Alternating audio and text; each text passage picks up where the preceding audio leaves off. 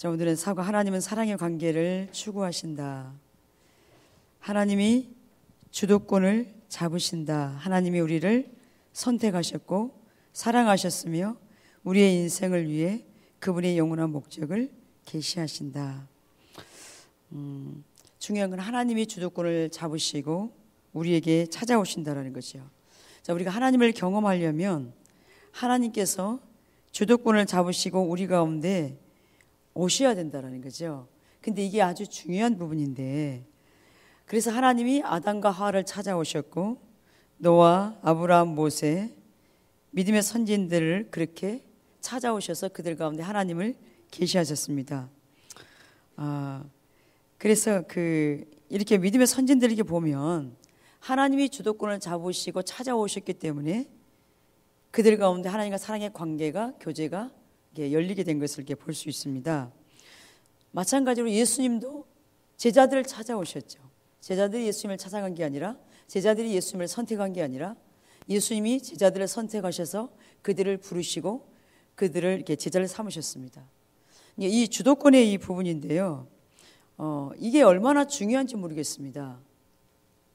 이 주도권만 우리가 잘 이해를 해도 하나님의 사랑이 얼마나 크시고 내가 얼마나 보배롭고 존귀한 자이고 얼마나 소중한 자이고 하나님이 나와의 관계 가운데서 우리의 정체성이 더 회복될 것입니다. 이 부분만 더 보여줘도요. 그래서 사도 바울도 예수님이 그렇게 찾아오셨고, 그래서 우리 인간이 자연적인 상태로는 스스로 하나님을 찾지 않는다. 그래서 성경에서도 로마서 3장 10절에서 12절에 기록한 바 의인은 없나니 하나도 없으며 깨닫는 자도 없고 하나님을 찾는 자도 없고 다 치우쳐 한 가지로 무익하게 되고 선을 행하는 자는 없나니 하나도 없도다. 자, 몇 사람이나 스스로 의롭습니까? 아무도 의롭지 않습니다. 몇 사람이나 영적인 것을 스스로 이해합니까? 아무도 없습니다. 몇 사람이나 하나님을 스스로 찾습니까? 아무도 없습니다. 몇 사람이나 스스로 선행을 합니까? 아무도 없습니다. 한 사람도 의롭지 않고 한 사람도 선하지 않고 한 사람도 영적인 것을 스스로 깨닫지 못하고 하나님을 찾지 않는다라는 거죠. 우리 인간은 다 선하지 않다라는 거죠. 그래서 이 죄 때문에 죄로 말미암아서 우리가 그렇게 되었지요. 그래서 하나님을 찾지 않습니다. 그렇기 때문에 하나님께서 주도권을 잡고 인간 가운데 찾아오실 수밖에 없었다라는 거죠. 우리 인간 가운데 오셔서 하나님이 우리 인간을 부르시고 하나님의 뜻과 우정을 말씀하시고 그 하나님 행하신 가운데 우리를 동참시키기를 원하시는 거지요. 그래서 하나님께서 우리를 그분에게로 이끄시는데, 여기 지금 누가 요한복음에 보면 나를 보내신 아버지께서 이끌지 아니하면 아무라도 내게 올 수 없다 그랬습니다. 오는 그를 내가 마지막 날에 다시 살리리라. 선지자의 글에 저희가 다 하나님의 가르치심을 받으리라. 기록되었은즉 아버지께 듣고 배운 사람마다 내게로 오느니라. 이러함으로 전에 너희에게 말하기를 내 아버지께서 오게 하여 주지 아니하시면 누구든지 내게 올 수 없다 하였노라 하시니라. 아버지께서 이끌어 주시지 않아도 예수님께 올 수 있습니까? 아무도 없습니다. 아버지 음성을 듣고 배우는 사람들은 무엇을 하죠? 예수님께로 가게 되어 있습니다. 예수님께 사람들이 올 수 있는 단 하나의 방법이 뭡니까? 하나님께서 이끄셔야 합니다. 그래서 우리에게 더 갈망이 되어지는 건 뭐냐면, 하나님, 우리에게, 저에게 지금 찾아와 주십시오. 하나님, 저의 삶의 주도권을 잡으시고 하나님 제 인생에 오셔서 저를 만지시고 하나님 회복시켜 주십시오. 여러분, 우리가 아무리 주님 앞에 애통하게 이렇게 서도 주님의 은혜가 부어지지 않으면 안 되는 것처럼, 주님이 이렇게 믿음의 선진들 가운데 친히 찾아오신 것처럼 예수님이 12 제자들 가운데 친히 찾아오시고 사도 바울을 다메섹 도상에서 친히 만나주신 것처럼 하나님 다시 한번 저를 그렇게 만나주시고 회복시켜 주십시오. 지금 우리 가운데 이 은혜가 정말 절박하게 필요할 것 같습니다. 하나님, 저를 찾아와 주십시오. 하나님의 주도권을 가지시고 우리 인간에게 찾아오신다고 했는데, 하나님, 제가 제 삶의 주도권을 내려놓습니다. 제 삶의 주도권을 당신 앞에 내려놓사오니 하나님 오셔서 당신의 주도권을 회복하시고 제 삶에 오셔서 나를 회복해달라고, 나를 만지시고 다시 은혜를 부어달라고. 여러분, 우리가 모두가 다 그렇잖아요. 이대로는 안 되는 걸 알아요. 하나님을 찾아야 되는 것도 알아요. 근데 우리가 너무 안 되고 있잖아요. 그래서 하나님 절박하게 주님 오십시오. 주님이 오셔야 합니다. 주님은 도와주십시오. 우리가 그렇게 주 앞에 서야 된다는 거지. 이게 바로 하나님 앞에서 기다리는 것입니다. 기다린다는 것은 막연히 시간만 보내는 것이 아니라 하나님 그분을 간절히 찾고 구하고 내가 시간을 정해서 결단해서 우리가 회막에 그 시간을 우리가 결단하여 서는 거죠. 그러다가 그렇게 주님을 찾는 가운데 어느 순간에 주님이 임하실지 몰라요. 내가 주님을 순간 만나는 거죠. 순간 하나님이 나를 터치하시면 순간 예배를 드리는 가운데 경배하는 가운데 순간 기도하는 가운데 순간 말씀을 보는 가운데 하나님이 순간 나를 터치하시기 시작하는 거죠. 그래서 우리가 주님 앞에 기다리는 이 시간이 필요하다라는 겁니다. 하나님의 의중과 의도를 알기 위해서. 근데 때로는 어떨 때는요 기도도 막 안 돼요. 그럴 때는 여러분 저 같은 경우는 경배하고 난 다음에요 그냥 중보해요. 열방을 위해서 중보하고 나라를 위해서 중보하고 교회를 위해서 중보하고 그러다 보면 하나님이 더 세밀하게 무엇을 해야 될지를 보이세요. 어떤 것을 더 기도해야 될지도 보이세요. 그런 가운데도 하나님의 마음이 더 이렇게 부어지기 시작하고요. 저는 개인적으로 중보가 그래서 얼마나 강력한 능력인 걸 제가 알아요. 왜냐하면 그 중보하는 곳에 하나님의 마음이 있기 때문에 그래요. 때로는 제가 친밀한 가운데 어떤 부분을 막 힘들 때가 있어요. 그럴 때는 그냥 기도해요. 열방을 위해서, 나라를 위해서, 하나님의 교회를 위해서, 죄종들을 위해서. 그러다 보면 순간 이렇게 아버지 마음이 확 부어져요. 하나님의 마음이 또 비춰지기 시작해요. 그래서 우리가 시간을 정해놓고 주님을 찾는 자리에 있어야 우리가 회복이 되지. 아, 나는 안 된다고 해야 된다 그러면 안 돼요. 시간만 간다는 거지. 여러분이 직장 다니신 분들은 아무리 피곤해도 사업하시는 분도 마찬가지고 아무리 피곤해도 아침에 일어나서 회사를 가잖아요. 아무리 피곤해도. 그런데 기도하는 거나 예배의 자리에 나오는 것은 그렇게까지 안 하시잖아요. 그렇게까지. 그만큼 내 먹고 사는 것보다도 하나님이 우선순위가 아니라는 거죠. 우리의 삶이에요. 근데 저는 여기 이 하나님이 주도권을 가지고 우리를 찾아오신다는 이 부분을 이렇게 다시 묵상하면서 하나님이 얼마나 우리 각 개인을 사랑하시는가, 하나님이 얼마나 우리 한 사람 한 사람의 가운데 목적을 가지고 하나님의 계획을 가지고 그렇게 우리를 부르셨는가, 우리가 이 부분만 선명히 인식만 해도 우리가 다시 주님 앞에 설 텐데. 근데 언제 이게 다 보입니까? 내가 때로는 기도가 안 될 때도 있어요. 예배가 안 될 때도 있어요. 매번 예배가 잘 되면 얼마나 좋겠습니까마는 잘 안 될 때가 많죠. 그럼에도 하나님, 내가 주 앞에 섭니다. 은혜를 구하여 섭니다. 하나님, 나를 이대로 보내지 마십시오. 하나님, 그 수르보니게 여인이 주인의 상에서 떨어지는 푸스럭이라도 하나님 달라고 그렇게 주님 앞에 예언했던 것처럼 그런 절박한 심령으로 하나님, 저를 이대로 보내지 마시고 당신의 은혜를 제게 부어달라고. 하나님, 저를 아시지 않냐고. 제가 너무나 지금 힘들고 공부한 가운데 있습니다. 당신이 저를 오셔서 만지지 않으면 저는 안 돼요. 주님, 도와주세요. 저를 긍휼히 여겨주세요. 그리고 기다리고 앉아 계세요. 주님, 그렇게 앉아 계십시오.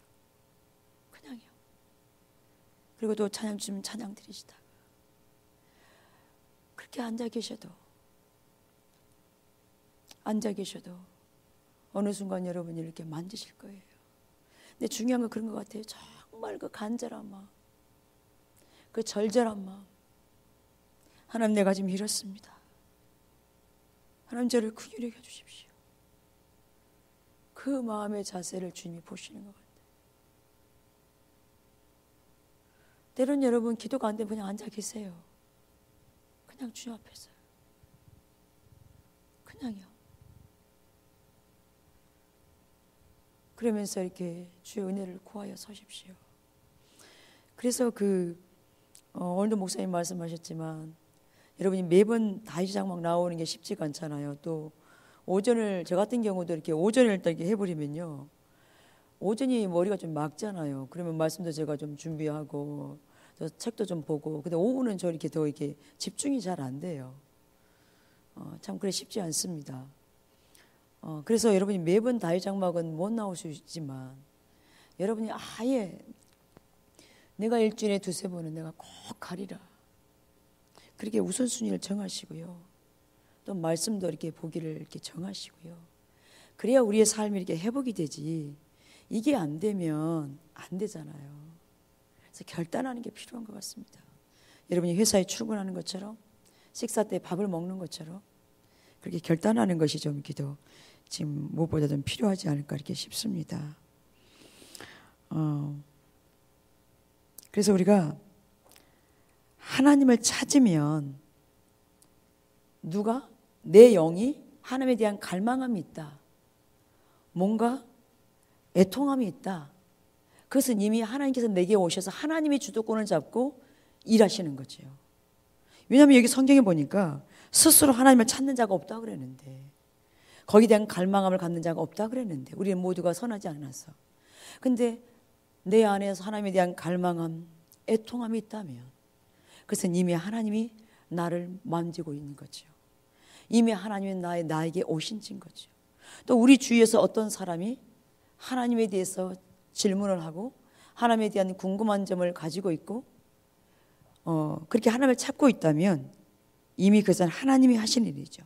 우리는 스스로 우리 누구도 하나님께로 가는 사람이 없다 그랬는데, 그래서 하나님을 알고자 하고 그런 것이 있다면 이미 주님께서 일하고 계신다라는 겁니다.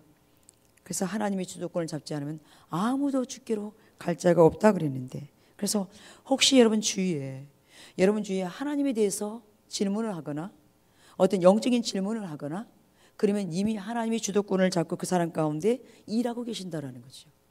그러면 우리가 그때를 놓치지 않고, 하나님 제가 이 사람을 어떻게 도와야 됩니까? 하나님 지금 이 사람 가운데 일하고 계시군요. 그럼 제가 어떻게 반응해야 합니까? 어떻게 하나님 해야 합니까? 라고 물어야 된다는 거죠. 그래서 우리가 이 공식만 우리가 알고 있어도 누군가 영적인 그거에 대해서 질문을 하고 이야기한다면 그것은 하나님이 지금 이 사람 가운데 역사하고 있는 거다. 그러면 그 듣고 왜 나한테 그걸 듣게 했을까? 우리가 거기에 그 사람을 도와줘야 된다는 거죠. 그 사람에게 어떻게 해야 될 건가? 우리가 예민하게 묻고 반응하는 자리로 가야 된다는 거죠. 자, 예레미야 31장 그 3절을 보면, 나 여호와가 옛적에 이스라엘에게 나타나 이르기를 내가 무궁한 사랑으로 너를 사랑하는 거로 인자함으로 너를 인도하였다 하였노라. 호세아 11장 4절에 내가 사람의 줄 곧 사랑의 줄로 저희를 이끌었고 저희에게 대하여 그 목에서 멍에를 벗기는 자같이 되었으며 저희 앞에 먹을 것을 두었노라. 하나님께서 우리의 인생에 집중하신 사랑은 세세토록 영원토록 있는 사랑이라는 거죠. 그 사랑을 인해서 하나님은 우리를 그분에게로 이끄시고, 우리가 하나님의 친구가 아닌 원수가 되었을 때에 하나님은 사랑의 줄로 우리를 하나님께로 이끄셨다라는 거죠.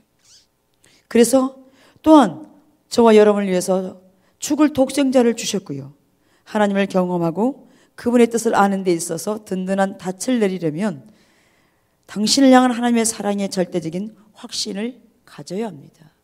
여러분, 이것이 시발점입니다. 우리가 하나님을 알려면 하나님이 나를 사랑하고 있다는 이것부터가 우리가 전제가 되어야 돼요. 하나님의 사랑을 모르면 하나님에 대해서 알 수가 없습니다. 근데 하나님이 주도권을 잡으시고 하나님과 내 사이가 죄로 말미암아 원수가 되어졌을 때 이미 하나님은 나를 위해서 예수님을 죽이셔서, 독생자를 죽이셔서 나를 살리셨다는 하나님의 사랑이 우리 가운데 성령의 조명으로 선명하게 이것이 인식이 되어야 된다는 거죠. 나를 위해서 예수님을 죽이셨고 나를 구원하신 그 하나님의 사랑은 세세토록 변함이 없으시고, 지금도 내가 하나님을 깊이 사랑하지 못하고 하나님 뜻 가운데 행하지 못한다 할지라도 그 하나님의 사랑은 여전히 변함없으신 그 하나님의 사랑을 먼저 이해해야 우리가 하나님을 더 알아지기 시작한다는 거죠. 이 하나님의 사랑을 모르면 하나님을 안다는 것에서 굉장히 힘이 듭니다. 하나님을 아는 것이 힘들어요. 근데 이게 성령의 조명으로 비춰져야 되는데, 그럼 언제 이것이 비춰질까? 우리가 주님을 찾는 자리에 나갈 때, 어느 날 말씀을 듣는 가운데, 내가 말씀을 읽는 가운데, 기도하는 가운데, 예배하는 가운데 성령께서 이것을 주님을 찾는 그 자리에 있을 때 이것이 우리 가운데 계시되어야 된다는 거죠. 그래서 우리가 뭔가의 진리를 깨달았다면 그것은 단순한 진리를 깨달은 것이 아니라는 거죠. 하나님이 나를 찾아오셨다는 증거입니다. 뭔가 깨달아졌다면 여러분, 하나님이 나를 찾아오셨구나, 나와 지금 함께 하시구나, 이 진리를 깨달아야 된다는 거죠. 단순히 내가 깨달았다 이게 아니라 주님이 내게 찾아오셨다, 나를 찾아오셨다. 왜요? 하나님께서 깨닫게 하시지 않으면 알 수 없다고 그랬으니까요. 그러면 이때 내가 그럼 무엇을 해야 합니까? 이 진리를 통해서 하나님, 이 깨달은 진리를 통해서 내가 어떻게 반응하기 원하십니까? 다시 말하면 하나님 지금 제 주위에서 무슨 일을 하고 계십니까? 어떤 일을 하고 계십니까? 그러면 제가 어떻게 반응하기를 원하고 어떻게 동참하기를 원하십니까? 이렇게 묻는 자리로 우리가 가야 되겠죠. 또한 여러분이 제가 이번 주 지난주 수요일 날 잠깐 좀 나눴는데, 지금 마태복음 큐티 하는 가운데 천국은 값진 보화를 찾는 것 같고, 값진 진주를 찾는 장사와 같고 그물과 같다는 그 말씀을 이렇게 큐티하는 가운데 더 선명하게 비춰진 게 뭐였냐면, 천국의 가치가 이러한데 하나님이 이 천국의 가치를 제게 더 선명히 깨닫게 해주세요. 천국의 가치가 얼마나 소중한지를 제게 더 깨닫게 해주세요. 인식되게 해주세요. 어떻게 하면 천국의 가치를 제가 더 선명히 알 수가 있을까요? 천국의 가치를 안다는 게 도대체 하나님 뭡니까? 그렇게 고민하며 섰을 때 신앙의 본질이라는 그 감동을 말씀하시면서, 그러면 신앙의 본질이 뭐냐는 거죠. 그랬더니 하나님을 알고 사랑하는 이 부분을 이렇게 우리가 이미 알고 있잖아요. 그러면 이 하나님을 알고 사랑한다는 게 그럼 구체적인 게 뭘까? 어떻게 하면 신앙의 본질로 회복이 될까? 그렇게 계속 질문하며 그렇게 하나님께 나아가는 가운데 그것이 바로 하나님의 마음을 아는 것이고 또한 하나님의 원하는 것을 행하는 거라고. 그러면 하나님이 원하시고 하나님의 마음이 있는 것이 무엇입니까? 라고 이렇게 제가 질문했을 때 예수님의 처음 사역의 메시지와 마지막 돌아가시기 전에 유언했던 그 메시지를 말씀하셨어요. 생각나게 하셨어요. 예수님이 40일 금식 기도한 후에 제일 먼저 선포하는 것이 하나님 나라였죠. 회개하라, 천국에 가까웠다고. 마태복음 28장에 온 민족에게 이 복음의 증인이 되라고. 하나님 나라와 복음 증거의 이 부분이 하나로 일치되어지는 이 부분을 이렇게 말씀하시는 것 같았습니다. 그러면서 예수님이 마태복음 4장에 보면 회개하라, 천국에 가까이 왔다고 선포한 후에 바로 어떻게 하십니까? 두루 다니시며 갈릴리 지역을 두루 다니시며 어떻게 해요? 병든 자를 고치시고 약한 자를 치유하시며, 그다음에 제일 먼저는 천국 복음을 전하신 다음에 그 일을 하십니다. 그러니까 하나님 나라를 선포하시며 하나님의 그 역사, 성령의 향을 나타나신 그 역사들을 이루어 가시죠. 그러시면서 하나님의 마음과 하나님이 원하는 것을 바로 이 천국 복음을 증거하는 거라고요. 하나님의 마음과 하나님이 원하시는 것이. 그러니까 이것이 비춰진 거예요. 우리가 신앙의 본질을 회복한다, 하나님을 알고 사랑해야 된다, 이것이 여전히 우리 가운데 이론이 될 수 있고 이것이 막연할 수 있습니다. 근데 그것이 뭐냐? 하나님의 마음이 있는 것이고 그게 하나님이 원하시는 것에 동참하는 건데 그게 뭔가 궁극적으로 예수님이 했던 그 일을 우리 가운데 동일하게 하기를 원하신다는 거죠. 예수님이 우리를 제자 삼으셨다 그랬는데, 그럼 우리가 마땅히, 그러면 제자들이, 12제자들이 한 일이 뭡니까? 똑같이 그 일을 했죠. 하나님 나라의 복음을 증거하고, 그 다음에 병든 자를 치유하고, 하나님의 그 행하신 그 일들을 나타내셨죠.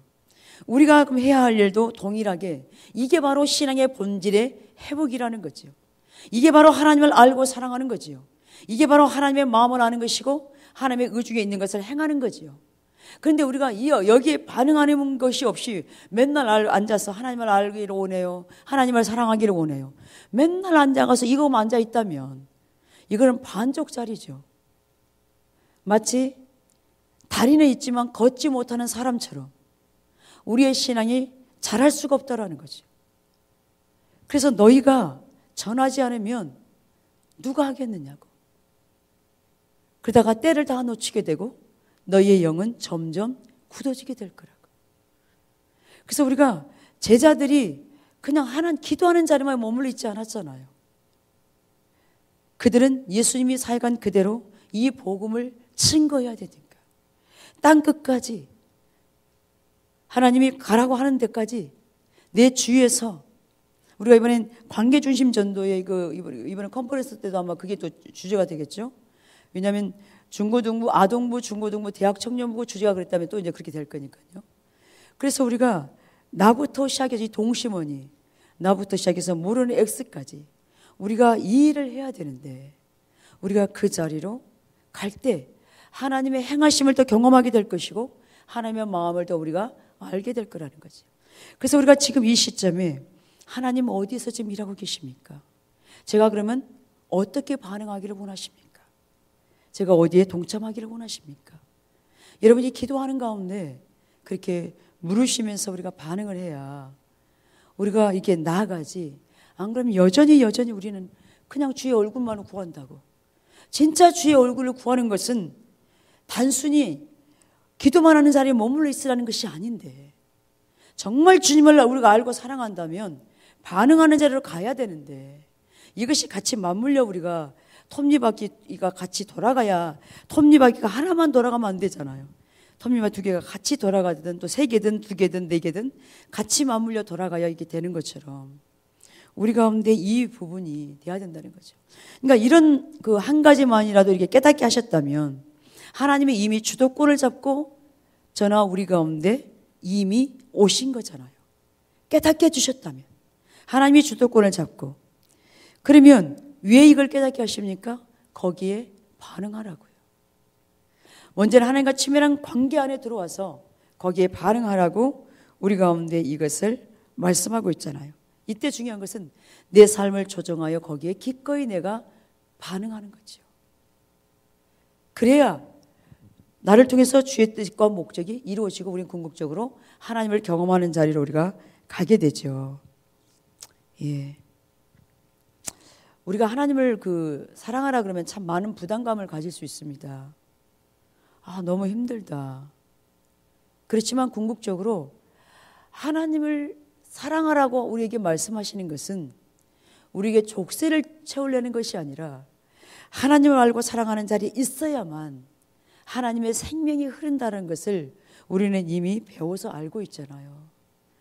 자녀들한테 부모님이 교훈하고 훈계하는 것은 잘못된 길로 가라고 하는 게 아니라 바른 길로 가라고 하는 건데, 그 아이들이 그것을 잔소리처럼 여겨버린다면 그 대가는 그들이 치러야 되겠죠. 마찬가지로 우리가 하나님의 길로 행해야, 하나님을 알고 사랑하는 자리에 있어야 하나님의 의중과 의도를 알게 되고 거기에 우리가 동참하는 삶을 살아야 하나님만이 하시던 역사를, 그 주도권을 잡고 그분이 일하시니까 열매를 우리를 통해서 맺게 하시는, 궁극적으로 그것이 우리를 통해서 주의 뜻과 목적을 이루어 가시는, 하나님의 생명을 누리는 그 삶이 이게 되잖아요. 근데 사단은 자꾸 우리의 생각으로 예수 믿기 너무 힘들다, 너무 부담스럽다, 저렇게 하면 너무 대가 지불하기 너무 힘들다. 그렇지만 우리가, 여러분, 엄마가 아기를 임신했습니다. 10달 동안에 수고하고 그 아이를 품습니다. 때로는 엄마가 아프면 아기 때문에 약도 못 먹습니다. 주사도 못 맞습니다. 근데 엄마는 아기를 위해 참아내죠. 그래서 10달 후에 그 해산의 고통, 그걸 겪으면서 아이를 낳는 순간 다시는 아이를 낳지 않으리라. 근데 키우다 보면 또 잊어버리고 언제 내가 그랬냐고 또 낳고, 그래서 4명까지도 낳고, 이제 그렇죠. 그런데 정말 아이를 사랑하는 마음이 없다면 그게 가능하지가 않죠. 그래서 세희, 명희야, 엄마가 너를 사랑하지 않았다면 너는 이 땅에 태어나지도 않았단다. 첫 번째는 하나님이 너를 사랑하셔서 이 땅에 보내셨고, 근데 우리가 진짜 하나님이 우리를 사랑하시니까 하나님의 길로만 행하라고 하잖아요. 그래서 하나님의 생명과 은혜를 우리 가운데 얼마나 그분은 우리 가운데 하나님의 생명과 그 은혜들을 붓기를 원하는지, 하나님의 안에 있는 그 놀라운 은혜들, 하나님의 보호하심, 하나님의 인도하심, 하나님의 함께하심, 기도의 응답, 치유나 회복, 하나님이 우리가 친밀한 관계를 갖기를 원하시니까 우리가 조금 하나님을 경험하다 막 기뻐서 어쩔 줄 몰라 할 때 그것을 보시는 하나님은 더 기뻐하시고, 여러분이 가족들한테 어떤 걸 했는데 가족들이 막 기뻐하는 모습을 보면 여러분이 얼마나 행복하시던가요? 그래서 더 그렇게 해주고 싶은, 기뻐한 모습을 보면서 더 그렇게 해주고 싶은 그 마음이 드는 것처럼 하나님이 우리에게 하나님을 사랑하라는 것은 결코 그것이 족쇄가 아니라는 거죠. 거기 안에서만, 그 안에서만 하나님의 생명이 공급되기 때문에 그렇습니다. 그런데요, 이 하나님을 사랑을 아는 것은 성령님께서 이렇게 비춰주셔야 된다고 그랬잖아요. 근데 우리가 해야 될 일이 있다고 그랬잖아요. 하나님을 찾는 그 자리로 내가 갔을 때, 그 자리로 갔을 때요, 그때 그게 보여지죠. 그러니까 우리가 하나님을 사랑하라고 하면 부담되고 힘든 것은 그만큼 우리가 하나님을 안 사랑한다는 얘기죠. 반대로 얘기하면 하나님을 안 사랑하니까 하나님을 사랑한다는 이것이 너무너무 부담스러운 거죠. 그게요. 여러분이 연애 결혼을 많이 하셨죠? 많이 하신 게 아니라 젊으신 분들은 다 연애 결혼하셨잖아요. 그렇게 사랑할 때 뭐 상대에 대해서 얼마나 여러분 최선을 다해 다 모든 걸 주고 싶잖아요. 사랑하니까. 근데 결혼해서 시간이 지나니까 이제 내 사람 됐다 그래가지고 이제 잡아놓은 물고기 도망가겠냐. 그래가지고 이제 이렇게 돼가지고 식어서 이제 자기중심적으로 가가지고 이제는 나만 위해달라고, 나를 위해주지 않으면 서운해하고 그냥 이렇게 저렇게 하다 보니까 그렇게 처음같이 막 열렬한 사랑이 안 되는. 근데 그런 것 같아요. 주님을 사랑하는 자리에 있을 때 내 모습이 보여지면서 내가 얼마나 자기중심적이었고 내가 얼마나 이기주의였고 이런 것이 보이잖아요. 남편과의 관계, 아내와의 관계, 가족과의 관계에서도요. 그게요. 내가 조금 더 양보하면 되는데, 내가 좀 더 이렇게 하면 됐었는데, 그만큼 우리가 주님을 따르면 우리 마음이 굳어지는 거죠. 살 같은 예민함도 없고, 그래서 마음이 강팍해지죠. 그래서 상대한테 요구하기만 원하잖아요. 해주기만 원하고, 바라기만 원하고, 내가 해야 되는 것을 놓친 채, 내가 지금 뭘 놓치고 있는지도 모른 채, 그러다 보니까 그냥 원망하고 불평하고 판단하고, 그러니까 이해가 안 되고 배려가 안 되고 사랑이 안 되고. 그래서 궁극적으로 이렇게 하나님을 사랑하는 자리에 떠나면 우리의 마음이 다 굳어져 버린 것 같아요. 모든 관계 안에서요. 하나님과 우리의 관계, 사람과의 관계에서도.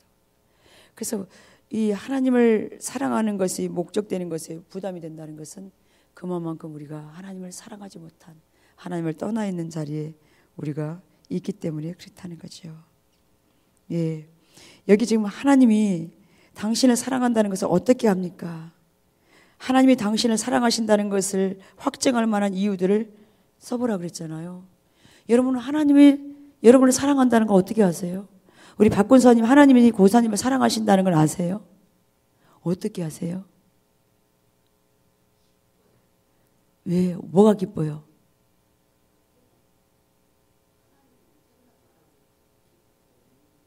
눈물이 나고요. 예. 주님의 그 십자가의 사랑, 대속의 사랑을 내가 받았고, 하나님은 그동안 나의 삶 가운데 함께 하셨고, 나 같은 게 뭐라고 하나님 나를 구원하셨고, 나와 함께 하시고 은혜 주신 것. 이 모든 것들을 생각하면 정말 우리가 감사하죠. 근데 여러분들이 한번 정리를 해보십시오. 여러분이 정말 하나님이 나를 사랑하는 것 같습니까? 여러분이 어떻게 그걸 확증할 수 있는가? 어떻게 여러분이 그걸 얘기해 줄 수 있는가? 하나님을 모르는 사람이 여러분에게 그 질문을 한다면 여러분이 자신 있게 어떻게 얘기해 줄 수 있는지, 정말 하나님이 여러분 사랑한다는 걸 어떻게 아는지, 그 이유가 뭔지를. 예, 박권사님처럼 그냥 기쁘시대잖아요. 그냥 눈물이 나고 감사하대잖아요. 이게 하나님의 사랑을 아는 사람이죠. 그냥 기쁘고 감사할 수밖에 없습니다. 눈물이 날 수밖에 없습니다. 나 같은 게 뭔데요, 아버지? 나 같은 게 뭔데요? 그냥 감사할 수밖에 없죠. 예. 하나님께서 사울을 찾아오셨죠. 그때 그는 하나님의 아들 예수와 대적에서 싸우고 있었다는 거지. 그런데 예수님께서 그를 대적한 사울을 찾아오셨습니다. 다메섹 도상에서요. 우리도 마찬가지라는 거죠. 여러분, 우리는 성경에 그 사울이 예수님을 대적했다는 것을 우리는 성경에 기록되어 있으니까 우리는 알아요. 그런데 문제는 우리가 하나님을 대적하고 있다는 걸 우리는 모르고 있다는 거예요. 성령의 비추심이 없으면요. 우리가 얼마만큼 자기중심적이고 얼마만큼 우리가 교만한지, 얼마만큼 이기적인지, 얼마만큼 내 중심적이라는 자리에 가서 내가 내 삶의 주인이 되어 있는지. 하나님의 말씀을 우리가 이렇게 하나하나 읽다 보면, 더 큐티를 하다 보면 우리 말씀이 막 우리 모습이 보이기 시작하잖아요. 얼마나 우리가 대책이 없는 인간인지. 그 말씀의 거울 앞에 우리가 입을 다물고, 오 주여, 오 주여, 이런 저를 구원하셨네요. 이런 저를 사랑하셨네요.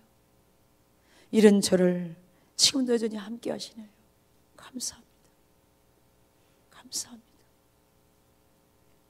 우리가 얼마나 변댕이 소갈딱지고 얼마나 편협되어 있는, 얼마만큼 아는 것도 정말 작은, 너무나 작은 것에 불과한데도 우리는 마치 우리 기준이 다인 것처럼 높아진 우리가 머물러서 하나님 자리에 우리가 있으면서, 여러분 판단하는 죄가 얼마나 큰지 여러분 관계책에 나와 있죠. 순종책에 나와 있죠. 여러분 그걸 꼭 안 보신 분들은 보셔야 합니다. 그러면 우리 입이 다물어질 수밖에 없어요. 판단하는 죄가 왜 큽니까? 하나님 자리에 있는 거니까요. 하나님 외에는 아무도 판단하지 않는데 우리는 너무나 쉽게 우리는 그 자리에 간다는 거예요. 왜요? 그만큼 우리가 높아져 있으니까. 왜 우리 마음이 높아져 있습니까? 하나님을 모르니까요. 왜 몰라요? 하나님을 찾는 자리에 안 가 있으니까요. 기도하는 자리, 말씀 모르는 자리 등한시하고 있으니까요.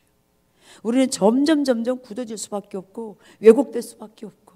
그래서 우리가 살 길은, 내가 살기 위해서 우리는 주님을 찾아야 된다는 거죠. 주님 때문에 주님을 찾는 게 아니라 내가 살기 위해서 우리가 주님을 찾는 자리에 가야 되고, 내가 살기 위해서 말씀을 봐야 되고, 내가 살기 위해서 기도해야 되고.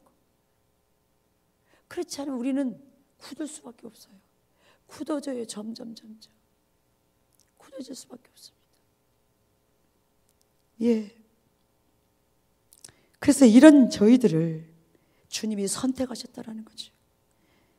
우리를 선택하시고 사랑하시고 우리의 인생을 향한 그분의 영원하신 목적을 계시하십니다. 자, 사도들도 보십시다. 예수님은 제자들에게 이렇게 말씀하셨습니다. 너희가 나를 택한 것이 아니요 내가 너희를 택하여 세웠다. 너희는 세상에 속한 자가 아니요 도리어 세상에서 나의 택함을 입은 자인 고로 세상이 너희를 미워하느니라. 베드로가 예수님 따르기를 선택했습니까? 아니죠. 오히려 예수님께서 베드로를 선택하셨습니다. 베드로는 하나님의 초청에 응했지요. 하나님께서 주도권을 잡으셨습니다. 마찬가지로 저와 여러분을 하나님이 선택하시고 자녀 삼으셨습니다. 제자로 삼으시고 사명을 주셨습니다. 이게 얼마나 놀라운 특권이냐는 거죠. 그분이 직접 우리를 찾아오셔서 우리를 선택하셨다는 거예요. 우리를 자녀 삼아 주셨다는 거예요. 또한 우리에게 사명을 주셨다는 거예요. 저는 이번에 그 신이 보낸 사람 그 영화를 보면서 제가 제 마음 가운데 어떤 게 또 이렇게 오냐면, 하나님이 왜 우리 아이들을 그 어릴 때 초등학교 다닐 때 저 아이들을 다니엘의 믿음으로 훈련시켜라고, 저 아이들 세대쯤 됐을 때는 장성해서 저 아이들이 어린이 되어 있을 그때는 정말 하나님 이 신앙생활하는 것이 정말 하나님 말씀 가운데 말씀대로 산다는 것이 쉽지 않을 수 있다. 그래서 저 아이들이 어떤 경우에도 어떤 상황 가운데도 하나님만 사랑하기를 가르쳐야 된다고. 어떤 핍박이 오고 어떤 문제가 오고 어떤 어려움이 온다 할지라도 주님만 사랑하기를, 주님 사랑하는 걸 가장 우선순위로 여기는, 늘 그 얘기를 하셨거든요. 근데 제가 그렇게 잘 못하고 있습니다. 아이들을 보면 저도 근데 제 모습이 또 그러니까 제가 더 그 삶을 살아야 되는데. 근데 제가 이번에 그 영화를 보면서 저 북한의 상황들이, 저들이 예수를 믿는다는 그 이유만으로 고문을 당하고 죽잖아요. 잡혀가고. 또 그래 고문을 하니까 그것을 이기지 못해서 배도하잖아요. 근데 정말 주님을 사랑하지 않으면 그 자리에 가게 되는 거죠. 여러분, 일제시대 때나 6.25 때나 그분들이 주님을 배도하고 싶어서 배도했겠습니까? 고문에 못 이겼어요. 탄압에 못 이겼어. 배도를 했습니다. 근데 그건 진정한 믿음이 아니죠.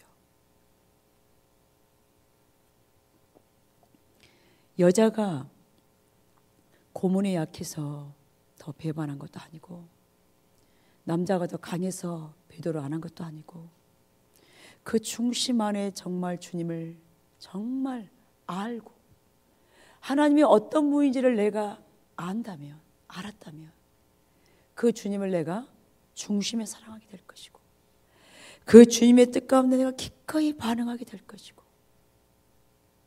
그래서 저는 이번에 더 뭘 보냐면, 정말 마지막 때에 믿는 자를 볼 것이냐, 믿는 자가 과연 얼마나 될까?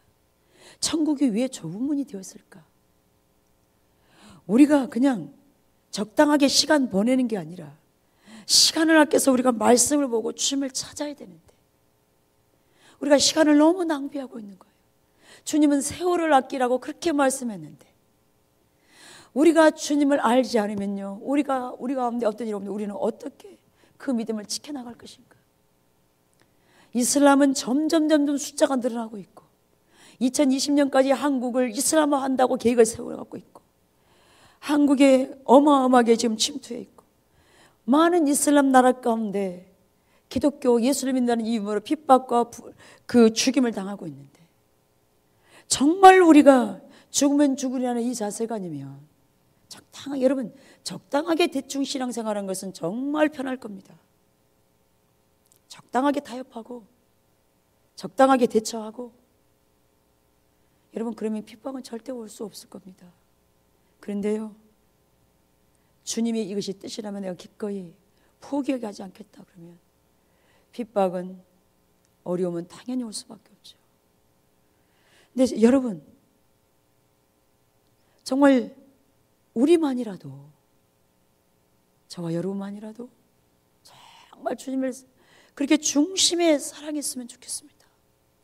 주의 뜻이면 기꺼이 내가 거기에 반응하고 그렇게 서야 되겠습니다. 그래서 우리의 부모들이 먼저 우리가 서고 우리의 자녀들의 세대에 그렇게 세워져 갈 수 있도록, 지금 이 세대도 여러분 제가 보면서 남조선이 가나안입니까? 가나안이 아니잖아요. 여러분, 지금 우리가 이 남한 땅이 가나안입니까? 우리 대한민국이? 아니잖아요. 라오디게아 교회 같고 소돔과 고모라와 같고, 사람들은 적당하게 축복만을, 그 메시지만을 듣기를 원하고, 주의 종교도 그렇게 전하기만 원하고, 우리 또한 그렇게 중심의 주님만 목적하는 자리 우리가 못 서 있고, 그런데 주님은 나만을 사랑하는 자를 내가 찾고 있다고, 나만을 목적하는 자를 내가 찾고 있고, 내 뜻에 기꺼이 순종하는 자를 내가 찾고 있고, 그러한 교회로 내가 세우고 싶다고 하시는데, 저와 여러분의 모습을 보면 우리는 너무나 대책이 없고, 제가 그 영화를 보면서 하나님, 정말 그래요. 가나안이 아니에요. 하나님, 제가 그 중심의 주님이 목적되지 못하고 있어요. 정말 온 삶을 다해서 주님만 사랑하고 싶은데 다 그렇게 안 되고 있어요. 주님 도와주세요. 하나님 도와주세요.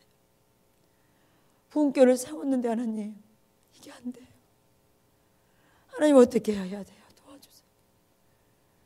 하나님, 수많은 숫자를 원하는 게 아니라 소수의 그런 무리들을 세우고 싶었는데, 단 100명이라도 그렇게, 예수님이 만일 그렇다면 수많은 수천의 제자들을 만들었을 겁니다.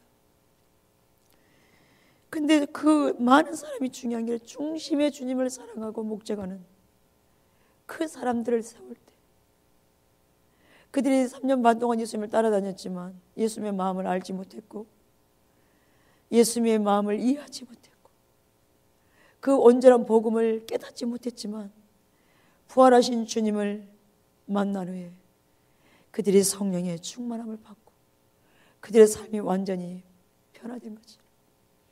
하나님이신 예수님이 전에도 그들을 알지 못했는데, 어느 순간 성령께서 주도권을 잡고 그들 가운데 임하셨을 때, 그들이 죽음을 두려워하지 않고 기꺼이 순교 자리에까지 가면서 그 복음을 증거했던 거죠.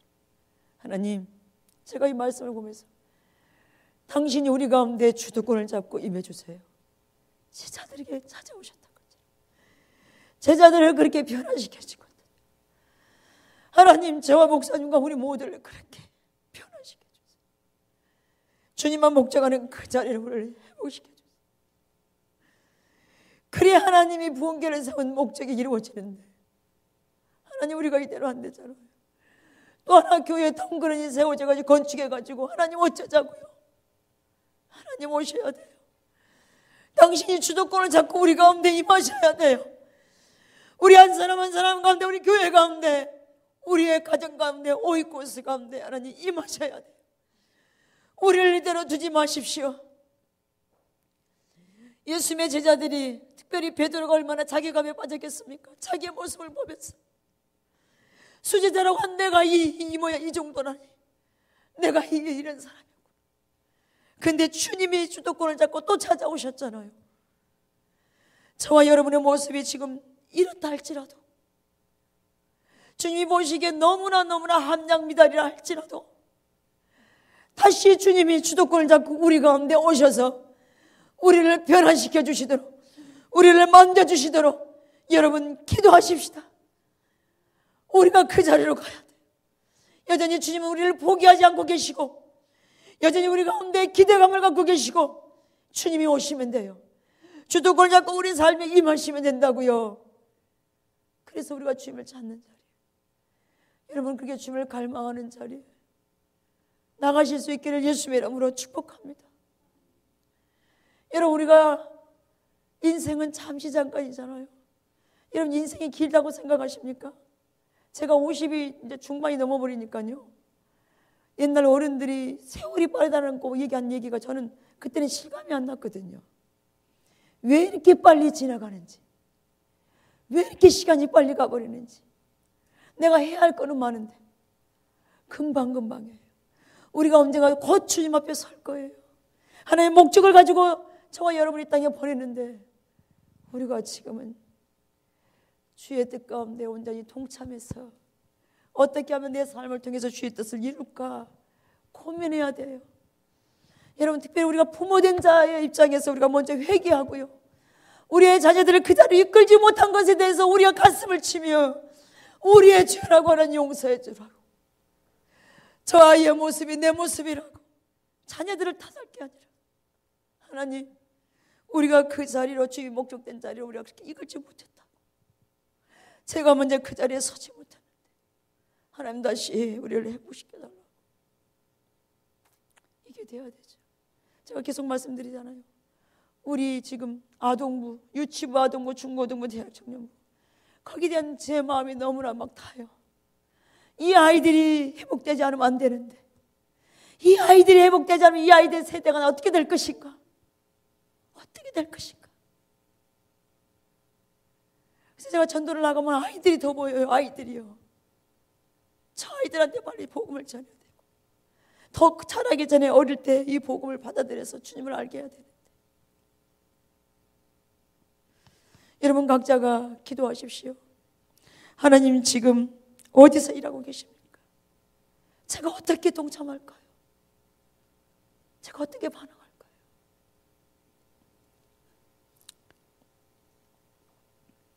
예. 그래서 하나님이, 예수님이 베드로에게 너는 나를 누구로 아느냐? 주님 그리스도시요 살아계신 하나님의 아들입니다. 성령께서, 하나님께서 알게 하시지 않으면 절대로 알 수 없죠. 그래서 성령께서 우리 가운데 오셔야 합니다. 비추셔야 합니다. 우리는 하나님을 그러면 몰라요. 30년, 40년, 50년이 돼도 성령께서 깨닫게 해주시지 않으면 하나님에 대해서 전혀 몰라요. 우리는요, 머리만 알아요. 머리로만, 이론으로만 알아요. 그러니 우리 삶 가운데 하나님을 중심에 사랑하는 자는 못 가요. 하나님 기뻐하는 자로 반응하지 않아요. 예.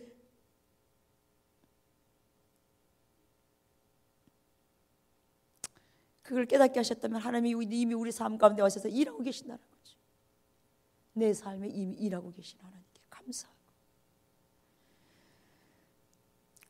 여기에 지금 중요한 문구가 있는데요. 당신은 하나님이 당신을 사랑하기로 결정하신 것을 깨닫고 있습니까? 하나님이 우리를 사랑하기로 이미 결정하셨다고요. 그렇지 않았다면 당신은 그리스도인이 될 수 없었을 것입니다. 동의하십니까? 당신이 부르셨을 때 하나님께서는 무언가 계획을 갖고 계셨습니다. 여러분 동의하신가요?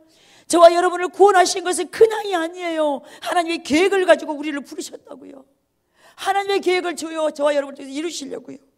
그것을 보셔야 돼요. 하나님이 어떤 계획인지. 그게 근데 그 계획은 교회 안에 비전을 가운데서 주어진다 그랬죠. 그분이 당신의 인생의 일을 벌이기 시작하셨습니다. 당신은 하나님이 주도하신 이 사랑의 관계를 체험하기 시작했습니다. 당신이 이해할 수 있도록 하나님께서 당신의 마음문을 열기 시작하셨습니다. 또 하나님께서는 자신에게로 당신을 이끄셨습니다. 여러분 이게 보이시지요?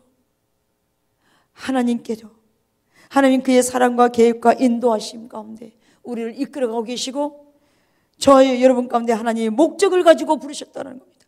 이걸 보여야, 이게 바로 비전이죠. 이 비전을 봐야 왜 내가 하나님을 믿는지를 알게 되고, 왜 어떻게 신앙생활해야 할지 알게 되죠. 이 비전을 모르니까 부평처럼 떠돌아다녀요. 여기 갔다가 저기 갔다가. 여러분 만일에 목회자가 이 비전을 모른다면요, 목회자가 이 교회 갔다가 저 교회 갔다가 그러게 되면 어떻게 되겠습니까? 목회자는 옮길 수가 없어요. 하나님이 옮기라고 하지 않는 이상은 옮길 수가 없어요. 여러분이 목회자의 마인드를 가지셔야 돼요. 하나님이 있으란 곳이 어딘가, 그리고 내가 여기서 어떤 주의 뜻과 목적을 이룰 것인가, 저 목사님을 왜 부흥교회에 심어놨을까, 그것 때문에 우리가 고민하는 것처럼 여러분도 그렇게 고민하시기를 축복합니다. 그리고 그 비전에 여러분이 온 마음을 다해서 동참하십시오. 물으십시오. 당신이 어떻게 하셨습니까? 저는 하나님께서 사랑의 관계에 초청하실 때 응했습니다. 하나님의 초청을 거절했습니다. 당신이 초대에 응했을 때 하나님께서 당신을 사랑의 관계로 데려오십니다. 그러나 하나님께서 먼저 주도권을 잡지 않으셨다면 당신은 결코 하나님의 사랑을 알지도 못했을 것이고 그 사랑 안에 거할 수 없었을 것이고 그 사랑을 깨닫지 못했을 것입니다. 그렇죠? 하나님께서 나를 사랑하사 먼저 나를 찾아오셔서 자녀 삼으시고 인도하심이 얼마나 감사합니까? 얼마나 놀라운 은혜입니까? 그분이 나를 찾아오셨다니요. 그분이 나를 찾아오셨다니요. 이 얼마나 놀라운 일입니까? 박스를 우리 같이 한번 읽어보실까요? 하나님께서 주도권을 잡고 그분을 당신에게 보여주시지 않는 한 당신은 하나님의 역사를 알 수 없습니다. 그래서 여러분, 하나님의 그 역사에 동참하려면 작은 부분부터 여러분 순종하는 자리로 가야 합니다. 작은 부분부터. 어느 자리에 있든지 간에 충성하라고 말씀하고 있죠. 그것이 작든 크든. 여러분, 작은 것에 충성하는 것은 우리 하나님 경험한 삶에 이미 배웠죠. 작은 일에 충성하는 것은 우리의 무엇을 지금 하나님이 키워가고 계신다고요? 우리의 성품을 키워가고 계시다고요.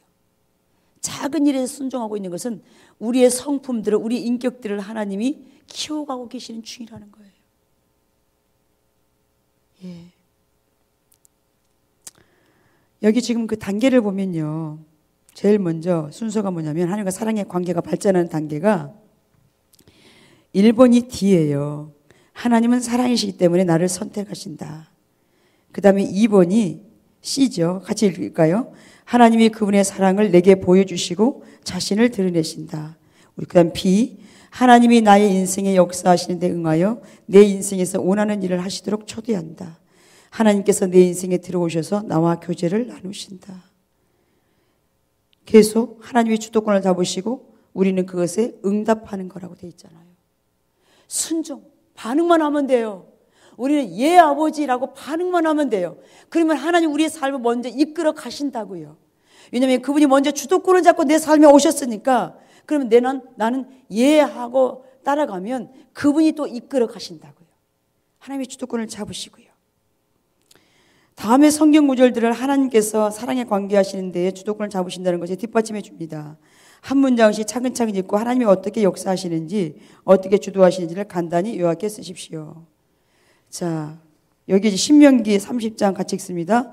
내 하나님 여호와께서 내 마음과 내 자손의 마음에 할례를 베푸사 너로 마음을 다하며 성품을 다하여 내 하나님 여호와를 사랑하게 하사 너로 생명을 얻게 하실 것이며. 여기는 뭐죠? 마음과 성품을 다하여 어떻게 하라고요? 하나님을 사랑하게 한다고요. 우리가 해야 될 몫이 뭔가 우리의 마음을 다하여 성품을 다하여 하나님을 사랑하라고 지금 말씀하고 있습니다. 여기에 지금 마음의 할례를 받는다는 것은 뭐냐면 살과 같은 예민한 마음을 말하는 거예요. 하나님의 조금만 움직임에도 우리가 즉각 반응할 수 있는 그 예민함과 민감함을 우리 가운데 이렇게 가지라는 거예요. 이 살과 같은 마음이 돼야 하나님을 사랑함이 가능해요. 근데 하나님과 친밀한 관계 안에 있지 않으면 살과 같은 마음이 안 돼요. 굳어져 버려요. 그러니까 예민한 가운데 무엇이 있어요? 하나님이 내 주위에서 어떤 일이 일하시는지 우리가 모른다고 놓치게 된다고요. 이게 바로 마음에 할례 받는 거예요. 근데 할례 받지 않는 것은 반대로 굳어지는 마음이죠. 왜 굳어집니까? 하나님을 안 찾으니까 당연히 굳어질 수밖에 없는 거죠. 근데 하나님을 찾을 때 살과 같은 그 부드러운 예민한 마음이 부어진다는 거죠.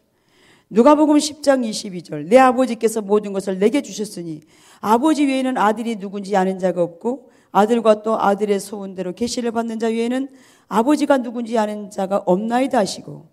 이건 뭐죠? 하나님과 예수 그리스도를 알게 하신다는 거죠. 하나님과 예수님이 누군지 우리가 이것이 아는 것이 관건이잖아요.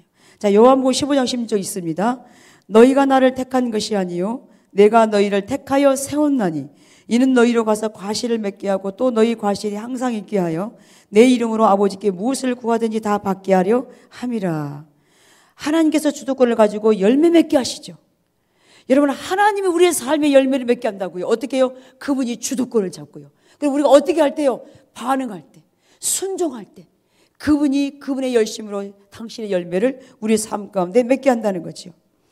그래서 하나님은 우리의 삶에 얼마나 열매를 맺기를 원하시냐면 요한복음 15장 열매 맺는 삶이 있잖아요. 하나님과 친밀한 관계 안에 있을 때만이 이 열매 맺는 삶이 가능합니다. 다시 말하면 하나님을 지속적으로 찾고 그분의 뜻 가운데 행하기를 원하고 그분의 의중과 의도를 알아서 동참하기를 원할 때 우리의 삶에서는 하나님의 그 질투로, 하나님의 열심으로, 하나님의 주도권으로 그 열매가 우리의 삶 가운데 맺힐 수밖에 없다는 거죠. 그래서 우리 하나님께 거할 때 하나님은 반드시 열매를 맺게 하십니다. 이것은 반드시입니다. 우리가 봄에 씨를 뿌리면 가을에 곡식을 거둔 것처럼. 그래서 씨앗을 뿌린 농부는요 절대 걱정하지 않아요. 가을에 열매를 곡식을 거둘까 말까. 왜 걱정 안 할까요? 뿌려놨으니까요. 그것은 자라게 돼 있거든요. 마찬가지예요. 우리가 주 안에 있을 때 주님이 열매를 맺게 하신다는 거죠. 빌립보서 2장 13절 너희 안에서 행하시는 이는 하나님이시니 자기의 기쁘신 뜻을 위하여 너희로 소원을 두고 행하게 하시니라. 우리 안에서 행하시는 이가 하나님이십니다. 우리 안에 소원을 주신 분이 하나님이십니다. 그것을 우리로 하여금 이루게 하신다는 거예요. 여러분 모든 것이 하나님의 주도권이죠. 하나님이 앞서서 행하십니다. 우리가 해야 될 게 뭐예요? 반응하는 거예요. 우리가 이 공식을 모르니까 우리가 앞서가 버리고요. 우리가 뭘 해야 될까 고민한다는 거예요. 우리가 고민해야 될 이유가 없는 게 하나님을 찾는 그 자리에서 주님이 말씀하신 그걸 가지고 나아가면 우리가 정말 얼마나 순적하겠습니까? 근데 문제는 우리가 하나님을 추구하는 자리에 있지 않으니까 우리가 무엇을 어떻게 해야 될지를 모르니까 우리의 방법이 나오고 우리가 고민이 되고 우리가 걱정이 되고 근심이 될 수밖에 없는 거죠.